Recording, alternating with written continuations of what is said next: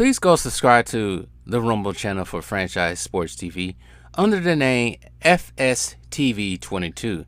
Now, I'm using that Rumble channel for any purposes of me getting kicked off YouTube and also for more of my spicier joints. It's free as well, and I have the freedom to say whatever I want to say as well. So go subscribe to FSTV22. That is Franchise Sports TV 22 on Rumble. So, with no further ado, I'm going to get right into this right quick. I'm not even going to waste any time. I'll make the announcement at the end. So, shout out to Tiki TV on this. I didn't know about this until a couple hours ago. This is one of the things I thought about Keyshawn Johnson. And when he was on ESPN, he was on that morning show, Max Kellerman, which I'll get to in a minute. He came across as being, I know some Lestans on there probably won't like this, but came across being pro LeBron. Like, he was just sitting there just acting like he was how these the stormtroopers be acting like he's LeBron's the GOAT. And then he's still carrying it on with that whole thing, that whole narrative of Undisputed now. And I guess today, like I said, shout out again to Ticket TV, he got caught lying, talking about he knew, was it a business partner to LeBron James in this whole biogenesis scandal that LeBron's being linked to. First he said he didn't know. He says he know, and then he doesn't know, and then he says he know, and then he doesn't know. There's just a whole bunch of capping stuff. And my suspicions stand correct. This guy is a part of the LaQuire, just another mouthpiece of the LaQuire. And it seems like what we already know already, that most of the media is pro LeBron, and they always gonna cap for LeBron. And they always gonna never hold LeBron accountable because he has his whole entire hand on the sports media. So they're never gonna say anything bad on him, and they always gonna cap for him. But for him to tell that lie, say that he did know, they say he didn't know. It's just like, oh, I never knew. Don't put me in the same name as that guy. Just shows me that some of these dudes just be riding the coattails of one LeBron James. But I didn't want to make this video totally about LeBron at all. Somebody actually pointed out to me, with all the super team building that LeBron has done, I think there's only been one time since he's been on super teams, maybe two, but I know there's one time, I had to even look this up, there's only been one time that the LeBron James team led, especially beyond the super team, has had the overall best record in the NBA. And that will go back to the 2013 season. I think they were 66-16. I think that might have been the Miami's best record in their franchise history at the time. I think it still is. But it's crazy that he got all these superstars, both Miami and the Lakers, even Cleveland, and he's only been the number one overall seed only one time. I'm sure there's other factors into it, but that's crazy to even think about. You would think with somebody playing with all these top 10 or future Hall of Famers or now Hall of Famers and superstars, you'd think he'll be more than a number one seed overall. Now, if you go back to his early Cleveland days, yes, I think they was 66-16 on that team. That was without a super team, but that was also playing in a weaker East as well. And then you go to his first year in Miami, they was not the best seed that year in the East. I think Chicago Bulls was. You go to the lockout year, they still was not the best seed in the East. The Bulls was. And I think who had the number overall seed, I think it could have been the Spurs or the Oklahoma City, because they did start off the series in the finals, from what I remember, in OKC. So they didn't even have the number one seed back then, or better seed number one overall seed. The next year, 2012, 2013, yes, I just said that. 2013, 14, nope. First year in Cleveland, nope. Second, none of his years, his second time back in Cleveland, he never had the number one overall record. Even with the Lakers, he has it. When they won it in the bubble, the Bucks had the number one overall record, and we know the last 2 to 3 years now, they've been low on the record level, on the record side. So it's crazy to think about. But here's the thing about LeBron. I don't have to repeat myself for the ones who can't listen in the back, because I'm gonna have to get on some of these fans too, as well.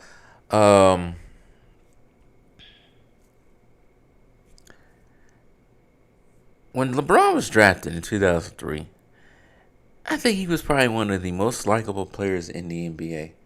I think everybody liked him at one point in time. And I think what really killed his fandom, having universal fandom, I should say, was, for one, the decision and how he went about it. I always thought that was kind of, I'm going to need a special to tell me which city I'm going to next to play in, which I always thought was repulsive, because I'm like, why didn't he need to make a 30-minute special, however long the special was, to announce the team that you're going to either stay with or go play with next? I always thought that was crazy. Yes, he gave the proceeds to charity, but that was like the first inkling of him being a Class A narcissist. And some people don't know what a narcissist is, but go look it up on Google or something, because they don't think LeBron is a narcissist. So that was the first one. And then after they lost to Dallas, and he said that, and this has been talked about a lot, that when everybody got on him about losing, he caught a hissy fit in the post-game conference, saying that all the people, the detractors, gotta go back to their miserable lives where I get to live in my richness. That was the second stint right there. I'm sure there's been plenty of other Soto hits, but when he went back to Cleveland, blind as a bat, I'm blind as a bat, started liking him again when he went back to Cleveland. I said, all right, he's going back to Cleveland trying to win there. Maybe right the wrongs of how he went out in Cleveland the first time. All right. Took him to the second season there. He got one. And then all of a sudden, he slowly wanted to become Hollywood, which I get. You want to venture out and do other things after the NBA, your NBA career is over. But now, since he's part of the Kukusfa, as I call him, the elite, the left, political left, whatever you want to call him, he has turned into a full-blown idiot and narcissist. I'm not going to talk too much about him off the court, because it is what it is. It is what it is with it. It's whatever. Like I said before, it seems like he is a good father. Hopefully, he's not playing the good father up for the cameras and media. I hope he's not doing that. But he just really turned himself into a villain real quick. And it's getting worse each year he's still in the league. And this whole accusations with the whole biogenesis is not going to feel very well. It's not going to end with tongue twisted. It's not going to end very well for him. I suspect as soon as he retires, whenever that is, man, the floodgates will open, and maybe they'll open piece by piece, but it's not going to be a good look for him in the end. And I'm going to sit there and laugh too, like many other people on YouTube who constantly call this guy out. They going to sit there and laugh too. And so what that I make videos about LeBron and use LeBron's name? I'm talking basketball here. How about you go start a YouTube channel and do the same? Oh, you can't. But anyways, so that's what I say about LeBron that I had in my head. I'm not going to say anything else because I want to get to these other topics right quick. I used to do this on my original channel, which is still around. I still post there. But I used to do these 20 to 30 minute videos. I just talk about different topics in the realm of entertainment, movies and all of that. I haven't did it in so long, but I'm gonna do it here now. So this might be a longer video, as I think I said in the beginning of this video. I gotta make an announcement as well. One of the reasons why I'm doing this. So I want to actually get on some of these people. I'm not gonna get on too much. I got on them a lot already. Do some of y'all, not my subscribers, not the franchise nation, the people who just happen to find my channel and see one video and take something out of context and nitpick a point I made and try to use it to argue with? Because there's been plenty of that going on. It was a video probably on Saturday that I made, responded to 2Raw's video about the various Hall of Famers and the many Hall of Famers that LeBron James has faced in the finals. And I was making a joke about Draymond Green being a Hall of Famer. And I personally don't think he's a Hall of Famer. And I joke to say he's probably a Hall of Famer on a different universe, different timeline, like in Earth 6. And the guy tried to call me an idiot and dumb, all kinds of stuff. I ended up blocking this dumbass. So for anybody out who just happens to find my channel and they take stuff out of context or want to insult me in any kind of way, I'm all good for discussion. Sometimes, not all the time. Having a nice discussion when insults are not being thrown around. Like there was a guy last night I had a discussion about James Harden. There was no insults being thrown around. There was another one a couple of days ago I had about Bill Walton. No insults are being thrown around. I'm good with that. Not all the time, but I'm good with that. But if you're going to come here with the disrespectfulness, you will be rejected. Your comment erased, blocked, no longer. Bye. I don't want to see you here ever again. But I sense that some people also just like to argue for the sake of arguing. It's like, why are you on this page just for the sake of arguing? When in the end, you're just going to grieve me anyway. Especially when it comes about people like James Harden. James Harden is a choker. He's a certified choker. And I said this in another video that it did. I'd rather take Carmelo Anthony than AI over James Harden. If you can accept that I took those two players in front of James Harden because you want to throw out what James Harden did, it's not going to change my mind. And to tell you the truth, I don't want to say they're all in the same category, but Carmelo and James Harden are primarily almost in the same category. And FYI, I never was a big fan of Carmelo Anthony at all in his game. But I do accept the fact that he should have won MVP, Rookie of the Year in 2003, 2004. And I also accept the fact that he played in the heart of the West. He got a team as a rookie in their 7 or 8 seed. I forgot which one it was. But he got them into the playoffs as a low seed. In a West that included the King. The Kings were still relevant. The Kings, the Timberwolves, the Lakers, the Spurs, the Mavericks. Not so much the Sonics. I don't think they came back, but still the Sonics. He still had to deal with the Sonics / OKC. The Houston Rockets. Suns, Portland Trailblazers as well. I think even 1 year he had to face the Clippers in a playoff match. Maybe he did. I think that was the Suns. But I ain't gonna count the Clippers. I only went to the playoff one time. But there was another team that was big during that time. Maybe the Pelicans. Back then were known as the Hornets. Carmelo had to go through all those teams in the West. And went 6 games with Kobe Bryant in 2009 Western Conference Finals. James Harden in the West, especially you get more closer to this year, meaning James Harden, the only team that really James Harden had to worry about was probably the Spurs and Golden State. And when it comes to Golden State in Game 7 of the 2018 Western Conference Finals, he choked. He was part of that 27 three-pointers missed consecutive 3-pointers missed. He choked. If he's so good, why did he choke? They had Golden State right where they want him, but he still choked. So miss me with that. Carmelo Anthony and James Harden are all in the same category to me. So we ended that right there.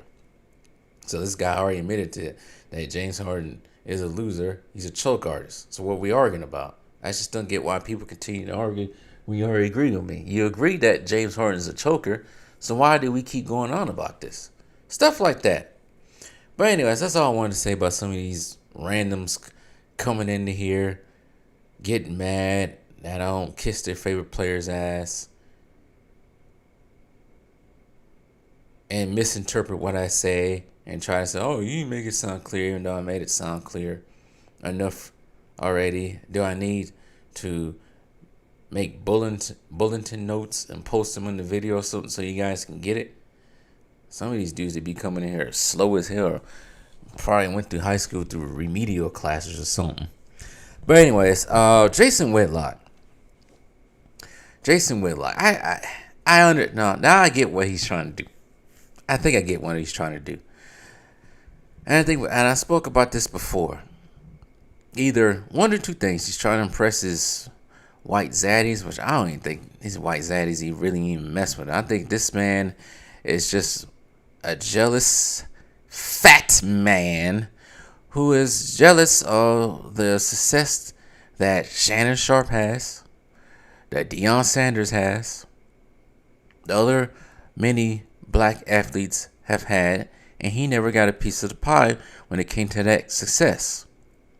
And I'm going to restate again, trying to use Christianity so you can throw rocks at people like Deion, which he's continuing to keep doing, especially after that game on Saturday that Colorado came back and won. Now he's trying to blame Deion for getting, the wide receiver for Colorado hurt. It's just like, this guy just does not stop. And I'm just thinking now, I think he knows YouTubers are making videos about him and whatever stupid outlandish things he says. And I think he's just riding the high of it now because it gets more traffic to his channel. And somebody pointed out one thing about why didn't he question Brett Favre when it came to that whole welfare scandal down in Mississippi. I think he should spend more time asking. Well, never mind. You already know why. But this guy just seems like a miserable man. And I'm going to say this again. For somebody, because somebody said in that video that I did about Jason Whitlock a couple days ago, oh, you used to listen to Jason Whitlock? No, you moron. When he was on Outkick, every so often, I would listen to what he had to say because I was interested in what he had to say and what was all the hoopla about around him, because I really wasn't familiar with him at the time. I heard about him, but I wasn't familiar about him and why some people didn't like him. And for a time being, because I think he got kicked off Outkick too and started his own thing. But for a time being, for the last year and a half or so, he's been quiet up until now. And I think he just sees Deion Sanders prime time as a way to boost his numbers up. And like I said before, I do agree with some of the points he's making. Not all of them, especially when it comes to Deion, because I don't see a single bad thing Deion's doing. Man is coaching his sons. Changing a football team around. Something that he's supposed to do. That is his job. The team won one game last season. And now they have won 3 in a row. They're undefeated. About to play Oregon next week. If they beat Oregon, what are we going to say now? All these haters are coming out of nowhere. And they're getting disappointed, which is the funny thing. I don't see a single thing that he's doing wrong. So what? He got Lil Wayne up there. So what? Like I said before, also this idiot down here talking about, would you rather have Jason Whitlock play hip hop or whatever? No, I don't listen to rap like that all the time. And when I do, I listen to a few people that I find entertaining and don't talk about the stupid stuff they talk about mainstream. Stick to the topic about Jason Whitlock calling out People like Deion Sanders and Shannon Sharp. Stop trying to bring. See what I mean with my subscribers? They're goofy. Not my subscribers. Not my subscribers. Randoms that be coming into my channel. My subscribers are cool. But yeah, he's on the ramp. Jason Whitlock is on the rampage again. And I had to agree with Dreamers Pro as well. This is one of the things I'm starting to see a lot. Not just out of black people. I'm seeing this out of everybody. Of all races. But it just seems like every day you turn on YouTube, you turn on the TV. Not to mirror or echo what Dreamers Pro said in his video about Jason Whitlock. But every day you turn on YouTube or something like that, it's always about black man this, black man this, black. He did this, he did this, he did this, he did this, he did this, he did this, he did that, he did that. Why did he do that? Why did he do that? Look at him, look at him, look at him. He gay. Look at him, look at him, look at him. He's strange, he's straight. He ain't take care of his son. He ain't taking care of his son. He got 5 women. He got 5. It's just like every day. And some people will try to say, you talk about LeBron. I don't talk about LeBron like that. I talk about basketball over here. We're talking about basketball over here. This is a sports channel. Not a drama and social commentary. Well, at times. I want to make a point. But it's not a daytime drama or Entertainment Tonight channel. Blog channel. After a while, some of this just gets tiring. It's the same thing now with this whole Stephen A. Smith and Terrell Owens thing. I'm like, both of y'all. Terrell Owens, I think he just turned 50, or going to turn 50. It's just like, why y'all two going back and forth about this now? Especially Stephen A. Smith. You 4 ways away from 60. And you still going on about this? Shout out to my pops. He just turned 60 the other day. Born in the same year as Jordan and Charles Barkley and many others. But shout out to him. Happy birthday to him. To my dad. Taught me everything about basketball. How to play it as well. But anyways. It's just like the arguing. The bickering. Victoring. The name calling. It's after a while. It's entertaining to a point, but it's just like other races see this and they think this is what we do. They think this is reflective on the whole culture. And I know some people who are not my skin color, not black, they're white, and other races. They don't think that of me. They already know who I am. But just for the randoms to probably think, it's just like they see this, they just think all black people act like this. And it's not really reflective. In the hood, stuff going on in the hood, it's not all reflective on the black community. That's probably everything you hear in the news. Half of that's probably stuff coming out of the hoods of the USA. They ain't talking about the people, the black people who ain't in on all that, who got their stuff together. Ain't nobody in my... Let me rephrase that. 99% of my family has never been in trouble. At all. I had some knuckleheads on some side of the family, but they got their act together. Now, they're well-behaved citizens. Trying to do right. Like we all should be doing, but what you see in the news and YouTube is not reflective on us on a whole. So I just want to make that point. But when the way Terrell and Stephen A. Smith going back and forth, you got Jason Whitlock going back and forth with, I mean, not going back and forth. I don't think Deion Sanders has responded. Maybe he has, let me know. But now you got Jason Whitlock going in on Deion Sanders every week he wins. Jason Whitlock going in on Shannon Sharp, who really didn't say anything originally. It was all Stephen A. Smith. You got all this freaking drama going on. You got rappers being idiots. When white people think we all a bunch of idiots. It's crazy. It's very crazy. But I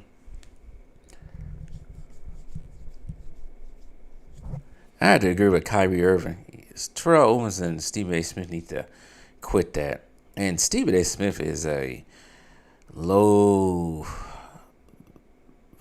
low value, low vibration type of man. So you get mad at Max Kellerman because, from what it seems, he's smarter than you. Kicked your ass in debates. Terrell Owens said he rather had him at the cookout than you. I bet that burned Stephen A. Smith so badly a couple years ago. I think it was 4 years ago when that happened. So now he just wants to become petty with everything. And I seriously want to know what he's been quiet about it. I still want to know what Kyrie Irving did to this guy. Because the way he was talking about it a couple years ago made me feel uncomfortable when I was listening on that First Take episode. It's like, what did freaking Kyrie Irving do to you that you need to talk about him all the time? It's crazy, y'all. But I think I'm going to end it there. I think I said what I needed to say about certain topics that have been going on. Unless there's anything else. There is one more thing I want to talk about. When it comes to Giannis, right? You got this whole thing with him saying he want to play on a championship contending team. But all of a sudden, you got all these people talking about he wants to go here, he wants to go here. When I barely heard anything about him where he wants to go. And for sure that he wants to go. They could possibly win a ring this up and coming season. And he might choose to stay again. But why? I just find it funny how people disparage Giannis and everything.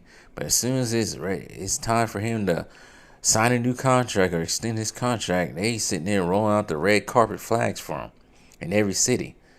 Knowing 5 minutes ago, they was just disrespecting Giannis, talking about he wasn't that good of a basketball player. Now you want him on the team? Now you got people talking about he want to go to New York, he want to go OKC, go Miami, go Golden State. Golden State is old too. Probably just as old as Milwaukee is. So one thing that people seem to forget, they talk about, Giannis leave Milwaukee, you guys got nothing. Well, the fun stops. The buck stops when Stephen Curry's gone and Klay Thompson's gone.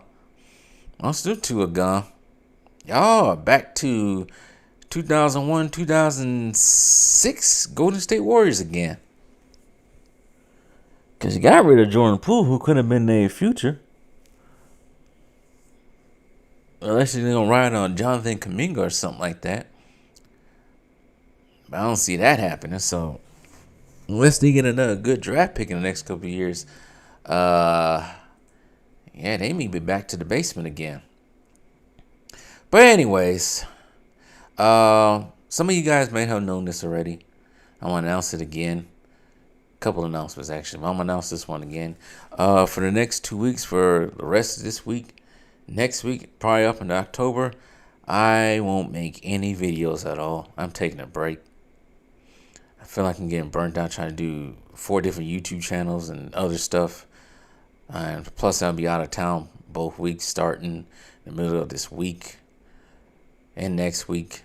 So I won't have time to make any videos. I'm not even gonna rush to make a video unless something really needs my attention and you guys really want to hear about something that's going on. But other than that, I'm gonna enjoy the next 2 weeks and not have to worry about getting on here. Not to say that I don't like talking to y'all, but I need a break. But I still will be carrying on with the NBA, whatever I call it, the NBA.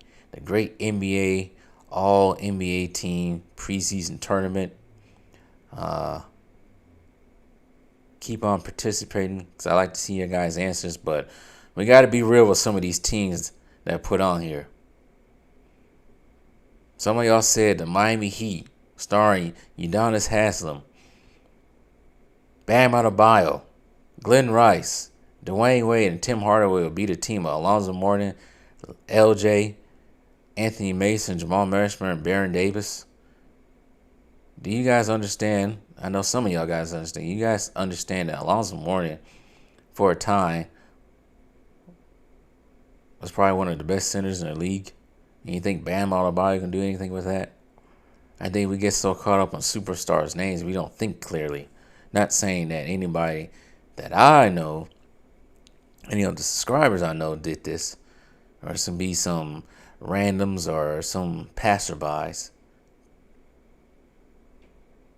But that's why I call for a recount and an overtime segment, and the Charlotte Hornets won, because I think that's who would win.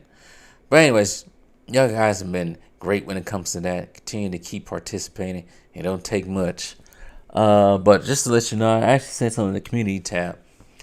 The seedings are done by win-losses ratios of all time. So that's why the Bulls are fifth or something like that, and the Spurs are number one. Bulls, from the time Jordan, especially after the time Jordan retired, we all know the Bulls was pretty much trash until probably the mid 2000s. But they really lowered that percentage. I think Milwaukee does have a higher percentage than I think they're the second highest win-loss percentage in the Eastern Conference, behind the Boston Celtics. But anyways, no videos for the next 2 weeks.